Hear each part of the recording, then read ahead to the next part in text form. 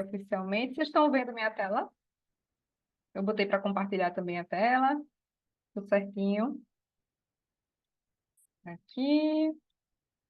Bom, gente, sejam bem-vindos, né, a mais um semestre, a mais um ano, 2025 aí, ponto um, chegou chegando, né, a gente já teve evento essa semana, não sei se vocês viram, mas foi o nosso primeiro Capacita, né, e a gente está tendo muitas novidades aí para esse ano. E a novidade, né, que vocês têm aqui hoje sou eu nessa disciplina, Administração e Estratégia de Marketing. É um prazer imenso estar aqui com vocês. Muitos de vocês já foram os meus alunos, né? Então eu vou me apresentar para outras pessoas que ainda não tiveram aula comigo, mas então vai ficar um pouquinho repetitivo para vocês, mas é importante, tá certo? Depois coloca aqui como é que vocês estão nesse 2025, como é que foi o romper de ano, descansaram, deu tudo certo? Coloque aqui, por favor. Passaram com a família? De onde é que vocês estão falando para eu lembrar também? Eu lembro aqui da Tarciana. Afonso também já foi meu aluno, que maravilha. Vamos embora, coloquem aqui, enquanto eu vou passando o slide. Pronto. Meu final de ano foi cantando, gente. Decidi ir pro The Voice. Meu primo comprou um karaokê, a família toda cantou, os vizinhos odiaram, mas foi muito divertido. Eita, maravilha! Que bom, Stephanie. Natal, sou doida para ir. Eu fui muito pequena, não lembro mais de nada. Eu só lembro que eu gostei, que eu comi demais. De Recife. Que maravilha, minha vizinha. Vamos falando aqui, tá? Eu vou fazer uma breve apresentação para aquelas pessoas que não me conhecem. Eu sou a professora Jéssica Eugenu, sou professora de administração, sou professora de graduação, de pós-graduação, sou pesquisadora na linha de relações sociotécnicas do trabalho, sou mestre em administração, sou administradora de formação, sou psicanalista clínica também. Sou especialista em metodologias ativas do ensino, mentora de carreiras, autora do livro Administração Descomplicada e coordenadora acadêmica. E é um prazer estar aqui com vocês, novamente compartilhando um pouquinho do meu conhecimento com vocês e também aprendendo, né? Porque a gente aprende demais. Olha aí, o pessoal de Curitiba, maravilha, deve ir para aí mês que vem também, Minas Gerais. Que maravilha, Araguari, ainda não conheço, também é outro lugar que eu quero conhecer bastante, deve ser muito bonito. Bom, então vamos lá, né? Ingrid, você já teve aula comigo, Ingrid, também ou é a primeira vez?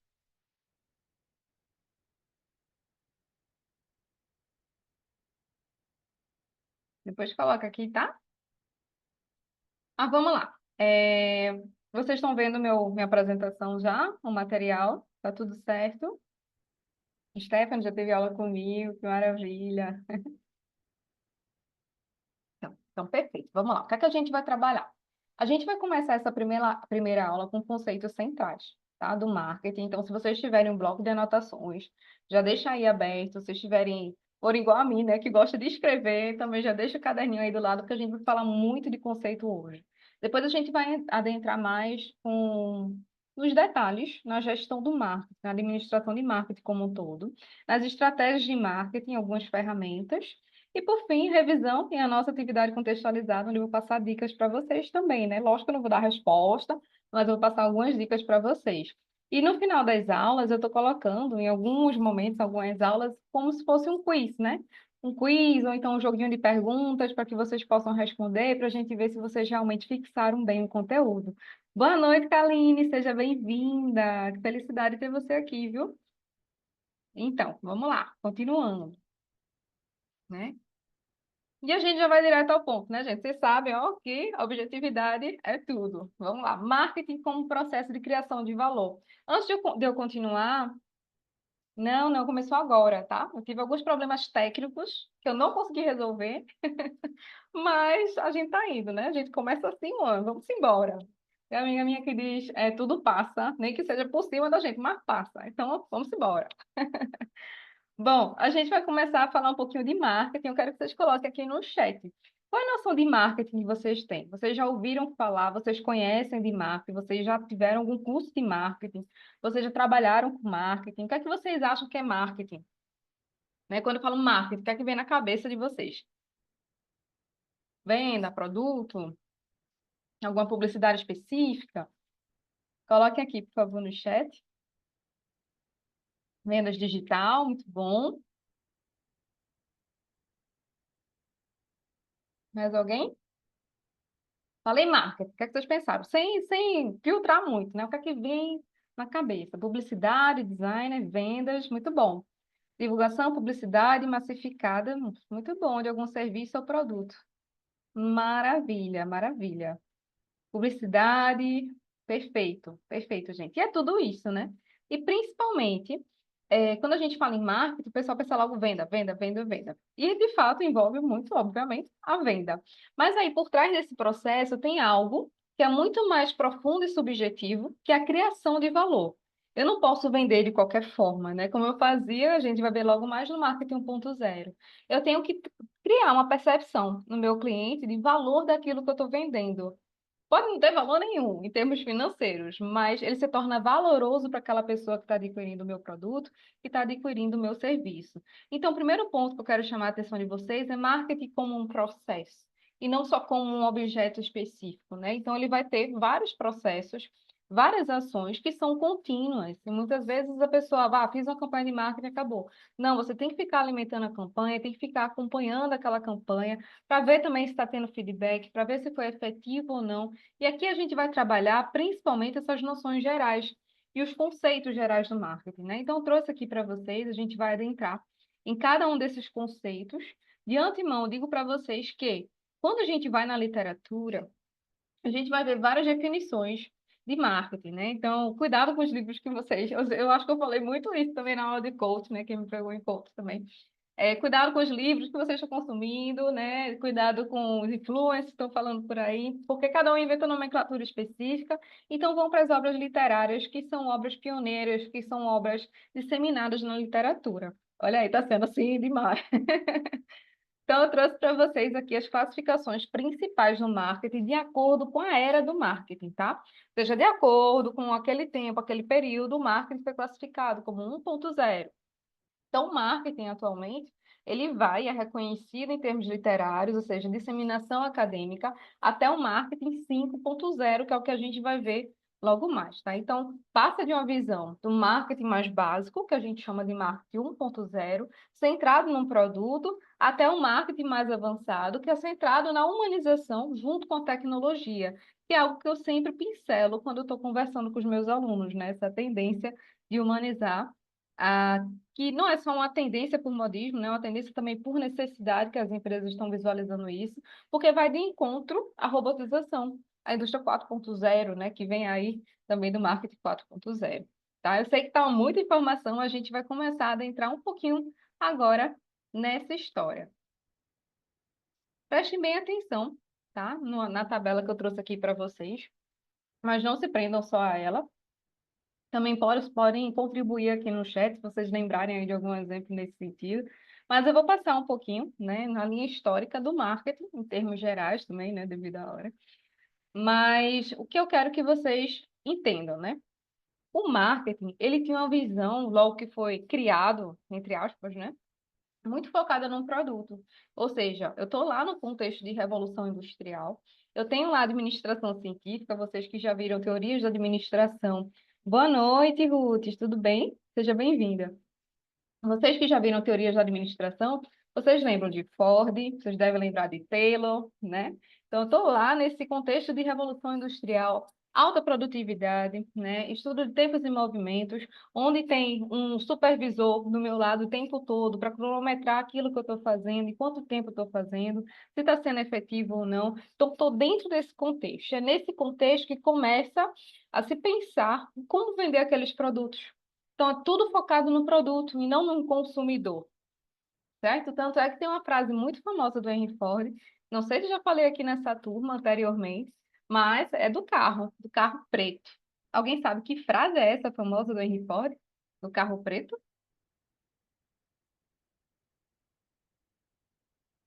Alguém quer tentar? Não?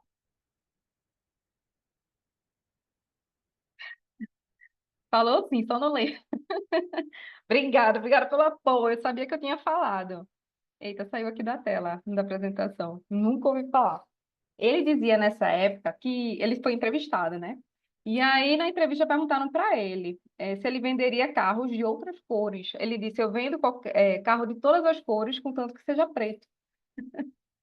Ou seja, essa frase mostra para a gente que, na época, o poder todo estava sobre as organizações. Ele não estava preocupado se as pessoas queriam um carro de outra cor, porque ele conseguia impor isso, né? Então, a gente tem esse contexto de revolução industrial, de produção em massa. A produção em massa foi possível por quê? Linha de montagem, né? Então, quem já estudou em Ford sabe que ele foi o pioneiro também na linha de montagem de produção. Então, antes do Ford, os produtos, a gente tinha que ir até os produtos, né? Que é o que a gente chamava de trabalho artesanal. Então, era comum e era cultural, era comercial também, o pai passar a função, por exemplo, de construir um sapato para o seu filho, né? Então, o pai sabia de todos os processos de construção de desenvolvimento de um sapato, dando exemplo, tá? Quando chega a Revolução Industrial, o operário, o trabalhador, ele sabe aquela etapa, e ao invés de todo mundo saber, e o sapato, a pessoa ficar com aquele sapato o tempo todo, o produto vai passando, né, numa linha de produção, e aí vocês podem, se tiverem interesse, depois pesquisar, depois da aula, e a pessoa fica parada, fazendo aquela etapa da produção, aquela etapa produtiva. O que é que isso permitiu? Produção em massa, acessibilidade também. As pessoas com menor poder aquisitivo para comprar os carros, né? Então, muita gente não gostava do Ford nessa época por causa disso. Então, eu estou fazendo toda a parte de teoria de administração para que vocês entendam que o marketing ele também se adequa aos aspectos da sociedade e da produção da época. Então, a produção era muito focada no produto, então o marketing também era focado unicamente, exclusivamente no produto. Esse é o marketing 1.0. Tá certo? Alguma dúvida? Vocês estão acompanhando? Tudo certo? Perfeito. Embora, então. Marketing 2.0. Com esse boom de produtividade, né, a concorrência também aumenta. Quando a concorrência aumenta, as empresas começam a pensar, poxa, o que é que a gente pode fazer agora? Né? A gente está vendo que está chegando novas tecnologias, estão chegando os novos concorrentes, então como é que a gente faz, já que nossas vendas estão caindo? E aí começa a se pensar na satisfação do consumidor, certo? Como é que eu vou medir a satisfação dos meus consumidores? E vem a linha de diferenciação de produtos. Então, aquela história de produzir qualquer carro, contanto que seja da cor preta, ela não se aplica mais no marketing 2.0. Porque, de acordo com o marketing 2.0, tem toda a funcionalidade e uma emoção por trás da compra daquele produto. E o consumidor ele começa a ter aí um pouquinho de poder de decisão, porque a concorrência aumenta. Então, quando a concorrência aumenta, vocês lembram provavelmente de demanda e de oferta, né? Como é que acontece toda essa dinâmica? As empresas têm que ver um diferencial competitivo, certo? Para manter aqueles clientes, para atrair também novos clientes. Então, esse é chamado o marketing 2.0, que é o marketing de posicionamento do produto da empresa dentro de um grande mercado, certo? Quando a gente já vai para a terceira era do marketing, eu também chamado de marketing 3.0, começa a surgir a preocupação que não é só do consumidor de modo individual, mas a preocupação com o mundo. Eu, enquanto empresa, né, eu tenho lá, já vi que o meu consumidor ele tem um certo poder de compra, um certo poder de decisão, mas eu sei também que eu, enquanto empresa, eu vou impactar no meio ambiente, certo?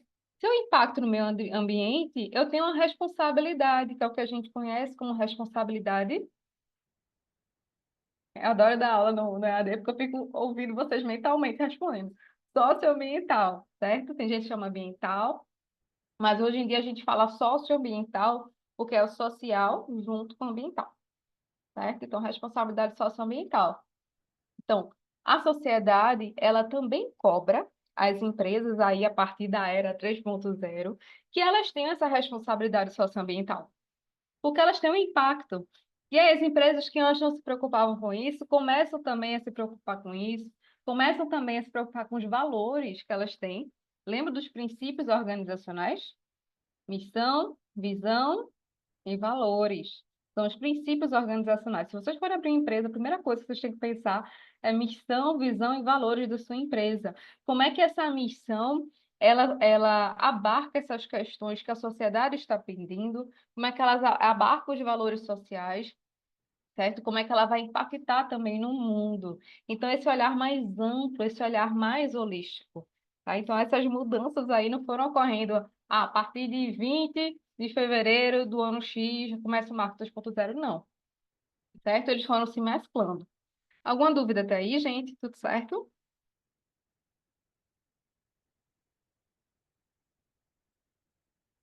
Tô indo, viu? Tô indo. Vamos embora. Deixa eu botar aqui.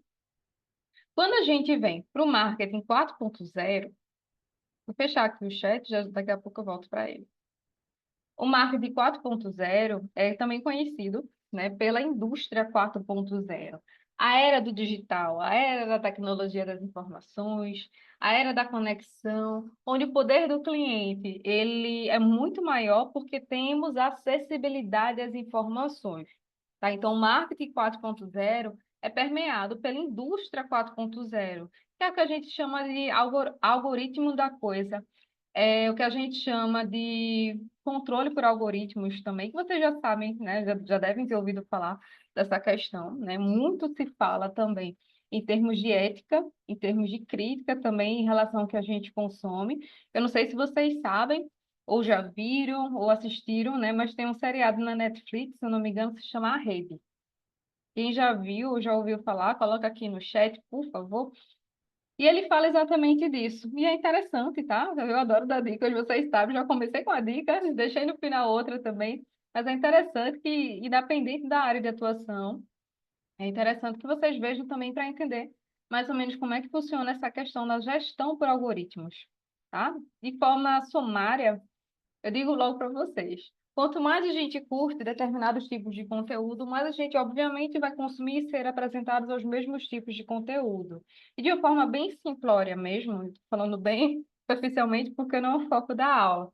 Isso nos mantém em uma bolha, tá? Porque só vão chegar informações e notícias referentes àquele tipo de conteúdo. Então, se tem notícias diferentes, com conteúdos diferentes, eu não vou ter acesso àquelas notícias.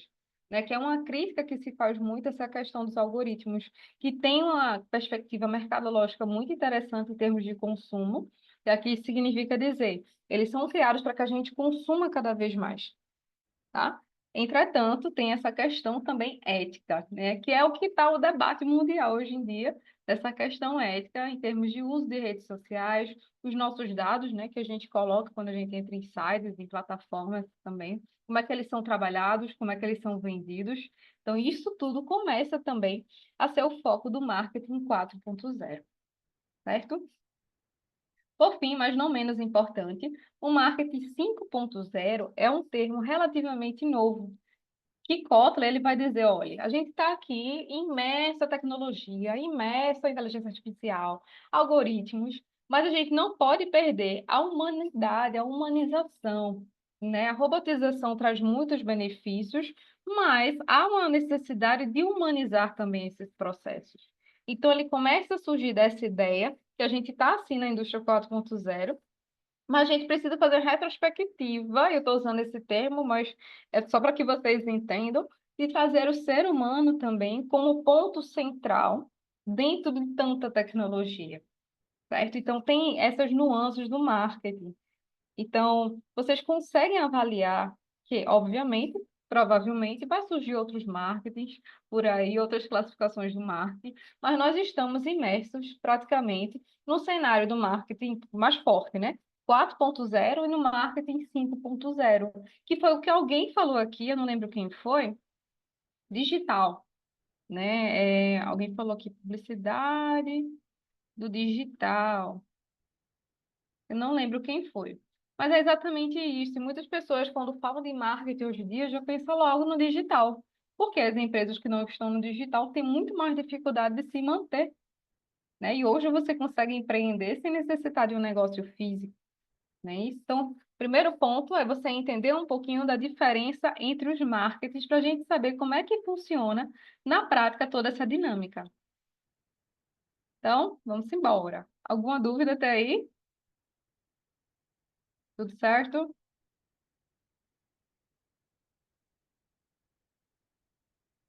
Vocês estão caladinhos, ó. Sim, muito utilizada a inteligência artificial, muito utilizada. Afonso, você falou agora inteligência artificial. Eu lembrei de um filme que vai denunciar a minha idade. Eu acho que o nome do filme era O Homem Bicentenário. Meu Deus, depois pesquisa aí na internet. Eu vi quando era pequena. Então, também teve, né? Acho que é IA, ou AI, não lembro, Inteligência Artificial do Steven Spielberg, que é bem interessante também. Então, começa também na indústria cinematográfica a trazer esses filmes. Oh, obrigada, Kaline, obrigada. Eu falo um pouquinho rápido, tá, gente? Mas podem perguntar. Primeiro, devido à hora. Segundo, porque o meu carregador está com uma peculiaridade hoje e eu estou com receio de prejudicar aqui a aula, mas vai dar certo, tá bom? Bom, então vamos lá. Espero que vocês tenham anotado. Eu sei que foi muita informação, mas não é difícil, tá? Só tem alguns detalhes que vocês realmente têm que lembrar. Então vamos lá. Foco do marketing na atualidade. Eu trouxe três principais, mas óbvio que tem muitas outras vertentes, muitas outras temáticas que devem ser trabalhadas. Primeiro, eu trouxe aqui sustentabilidade, também ligada a impacto social, e o terceiro, personalização.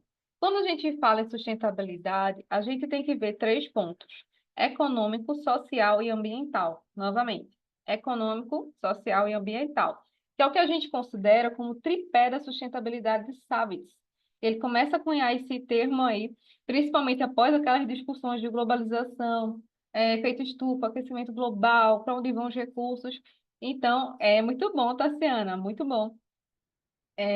Então, a gente tem que considerar essas três vertentes. Que é um exemplo muito interessante em termos de sustentabilidade que pega nesse tripé, a Coca-Cola retornável. Quem aqui consome Coca-Cola retornável, coloca no chat, por favor. Estou tentando sair dessa vida, estou tentando ir para o suco, mas está difícil, está difícil. Teve uma turma que eu só falava de Coca-Cola, não sei se foi a turma de vocês, minha gente. Eu já saí dessa vida, viu? De Coca-Cola. E todo mundo da turma também gostava de Coca-Cola. Não lembro se foi com vocês. Ah, é muito bom, viu, Maria? Muito bom. Eu queria não tomar também, mas tá difícil. Enfim, voltando, né? Olha, a professora falando Coca-Cola. Daqui a pouco eu começo a falar de comida também. Quando a gente fala de Coca-Cola retornável, vocês podem ver que ela é mais barata do que a Coca-Cola normal. Obviamente, ela não traz impacto ambiental, né? E ela também traz uma perspectiva social, de envolvimento social como um todo. Ela chama a sociedade a atenção para a sustentabilidade no descarte, né, daquele material. Então, ela consegue atrair também essas questões do tripé da sustentabilidade. A personalização como um todo. Hoje você não vende o produto, você vende experiências, tá? Ponto. Ah, professora, mas isso é a maior mentira. Psh, você vende experiências e não é mentira, tá? Você está vendendo experiência. Se é boa, se é ruim, você que vai se responsabilizar, mas está vendendo experiência daquela pessoa com o seu produto ou com o seu serviço, certo? Isso, exatamente. Inclusive, também aqui em Pernambuco a gente tem a CELP, que é uma distribuidora de energia elétrica, né? Não sei, do Grupo Neo Energia, né? Aí tem a CELP, a Coelb e a Coserne, dependendo dos estados que a gente está. E ela também tem uma campanha de você trocar suas lâmpadas, se eu não me engano, pelo desconto de energia, né? Então, tem esses programas também, que são programas adaptados em respeito à sustentabilidade e à questão socioambiental. Note que eu não falo só ambiental nem social, eu falo socioambiental, e eu quero que quando vocês forem falar isso como futuros administradores, vocês não esqueçam que é socioambiental, tá certo? Responsabilidade socioambiental e empresarial. Porque não é só ambiental, tem que ser social também, certo? Então, são alguns dos focos do marketing, essa personalização. Você está vendendo experiência. Para você vender a experiência, você tem que personalizar aquele produto de alguma forma. Nem que seja a forma que você entrega o produto, a forma que você atende o cliente, a forma que o cliente, o cheiro que a sua loja tem quando ele entra na loja. Mas tem que ser algo personalizado, que cria uma experiência, uma memória afetiva naquele cliente como um todo, tá certo? Então, além dessas tendências, desse foco do marketing, a gente tem que considerar que muita coisa vai mudando com a tecnologia, né? Então, como é que o marketing, ele cria valor com essa tecnologia toda? Eu deixo essa pergunta para vocês, que é que vocês acham? Não vale colocar no chat GPT, tá? Eu quero que vocês respondam mesmo o que é que vocês acham. Como a tecnologia redefine o marketing e cria valor? Como é que vocês acham que isso acontece? Não precisa, não tem resposta certa, tá, gente? Já vou dizendo, não se preocupem. Mas eu quero que vocês me coloquem aqui como a tecnologia que a gente está hoje afeta o marketing. Como é que vocês observam isso?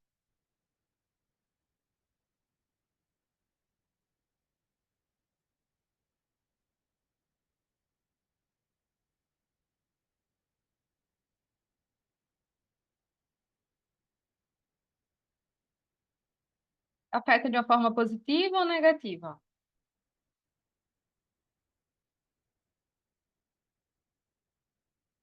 Positiva, positiva. Mais alguém?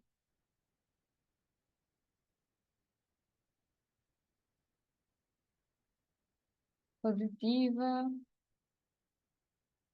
Isso, muito bom. Modifica a roupagem, isso, exatamente. Eu vou fazer algumas perguntas para vocês. Eu quero só que vocês coloquem eu, então eu gosto, eu não gosto, certo? Fazer algumas perguntas rápidas. Vocês gostam da publicidade no YouTube quando vocês estão ouvindo música e aí corta do nada, na melhor parte da música, tá lá cantando, aí vem o anúncio. Vocês gostam sim ou não? Não, não, não, não. Certo. Vocês gostam da publicidade do Instagram? Você tá lá vendo os stories do povo, e aí você tá passando, e aí do nada vem a publicidade no Instagram. Vocês gostam? Não. O do Insta é aturável. É melhor, né? Porque você tá ouvindo a música, tá lá na vibe, já tá lá cantando que só, se achando a Marília Mendonça. Quando você tá lá no refrão, aí vem o anúncio. Não, né? Tá. A publicidade da televisão, da TV aberta. Vocês gostam, não gostam? Acham aturável? Conforme minha colega Ruth aí. Não, né, Ruth? Não. Menino, tá difícil ver a publicidade que vocês gostam. Coloque aqui, por favor, a publicidade que é aceitável para vocês, por favor. É outdoor, é por e-mail, é por WhatsApp, é por mensagem. Como é que vocês gostam? Como é que vocês aturam? Ah, desconto e promoção, que maravilha, né? Por e-mail, olha que legal. Mas o quê? Do Insta é boa. Do Face também. Vamos colocando aí, eu já vou pegando um pouquinho da resposta aqui, já vou passando. Bom, gente, vamos lá, né? Quando a gente fala de publicidade e de redefinir o marketing, vocês têm que ter em mente que nós temos outros consumidores, vários tipos de consumidores. E é algo que eu geralmente falo muito nas minhas aulas. Isso, muito bom, Tassiana. Lembrem que quando a gente fala de canal de marketing, a gente tem que ver quem é o público-alvo que eu quero alcançar. Então, nem sempre a publicidade melhor vai ser no Instagram, porque é a menos chata, porque é a mais aturável. Mas a publicidade tem que ser mais eficiente para o público que eu quero. Então, se eu estou com um público, que meu público-alvo é idosos, provavelmente, se eu colocar o canal do Instagram, eu não vou ter uma efetividade com a minha publicidade. Então, eu tenho que direcionar meu marketing de acordo com o público-alvo. E para isso é importante saber a diferença de oferta e de demanda, né? Que vai ser nada mais, nada menos do que os compradores e os vendedores. Eu tenho que saber quem são os meus compradores para saber como é que eu vou fazer a minha venda, certo? Então, sempre que a gente falar em marketing agora, vocês têm que ter em mente oferta e demanda, como é que está o mercado. Para quem eu estou vendendo, qual é o meu público-alvo, como é que eu faço essa segmentação de mercado, para que eu possa criar campanhas atrativas, certo? E quando a gente fala tecnologia junto ao marketing, a gente vai ver que assim como era antigamente, mas não tão antigamente, é importante entender do ser humano. Alguém já ouviu falar dessa pirâmide aqui, pirâmide de Maslow, que está na tela? Sim ou não? Sim, sim, sim, maravilha. É uma pirâmide bastante famosa que a gente usa não só na área de gestão, mas também quando a gente vai estudar a linha de comportamento humano, a ciência comportamental, porque a gente consegue ver que nossas necessidades, elas seguem aí, como é que eu posso dizer? Não, eu não quero que vocês encarem isso como uma escada, né? Mas uma trajetória, pode assim dizer, até chegar na necessidade de autorrealização. Então, a gente vem desde necessidades fisiológicas até a necessidade de autorrealização, estima, amor e relacionamento. Professora, qual é a mais importante? A mais urgente seria as necessidades fisiológicas. Tá? Eu sempre dou um exemplo que geralmente o pessoal fica rindo. Você pode estar com tudo, né? Ah, consegui o carro que eu queria, estou indo para minha empresa, vou apresentar o meu trabalho, uma reunião agora. Mas aí, se no meio da reunião der uma dor de barriga em você, que é uma necessidade fisiológica, você vai esquecer tudo, as outras necessidades de você sair bem na reunião, e você vai parar tudo para resolver aquela situação atípica, certo? Então, as necessidades fisiológicas geralmente são as básicas, por isso que fica na pirâmide, na base da pirâmide, né? Porque ela dá um embasamento para que as outras necessidades se realizem.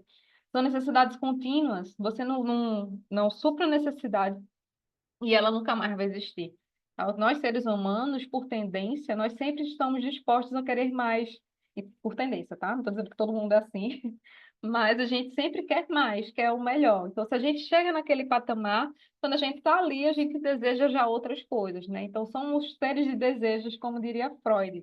Então, esses desejos também nos movem. E sabendo disso, a gente usa no marketing a noção de necessidade ou desejo, porque o marketing ele vai atuar na gente, e eu estou falando para vocês como consumidora também, ele atua na gente para a gente achar que aquele desejo é uma necessidade, né? Por exemplo, quando geralmente eu pergunto, celular é uma necessidade ou desejo? Algumas pessoas vão dizer, é uma necessidade, professora, porque hoje em dia ninguém vive sem, não sei o quê, então agora começa, né? Mas a gente tem que ver que necessidade é aquilo que a gente basicamente não vive sem, ou não sobrevive sem aquilo, né? É difícil acreditar, mas antigamente as pessoas usavam mapas, quando não sabiam chegar nos lugares que estavam indo. Hoje em dia a gente coloca lá no Waze, né? Eu particularmente nunca fui boa de usar mapas, então o Waze para mim é o melhor aplicativo da minha vida, né? E o meu ainda ficou em inglês, porque eu não soube colocar ele em português. E até hoje está em inglês, todo mundo entra lá, meu Deus, professora, está manjando inglês. Eu realmente, very good. Mas eu me acostumei com eles em inglês, minha gente. E é muito bonitinho em inglês, viu? Mas por que eu estou falando isso? Porque isso vai mudando ao longo do tempo. Então, para mim, agora é uma necessidade eu ter o Waze. Não é um desejo, é porque eu preciso. Então, o marketing ele atua aí também nessa questão de necessidade e desejo, mostrando para mim que eu preciso do Waze, tá? Eu sei que eu não preciso do Waze para sobreviver, mas eu necessito para chegar nos lugares na atualidade, no atual contexto que eu estou, certo? É assim que a gente atua. Eu vou deixar esse vídeo para o final, tá bom? Porque a gente está aqui na linha do conteúdo.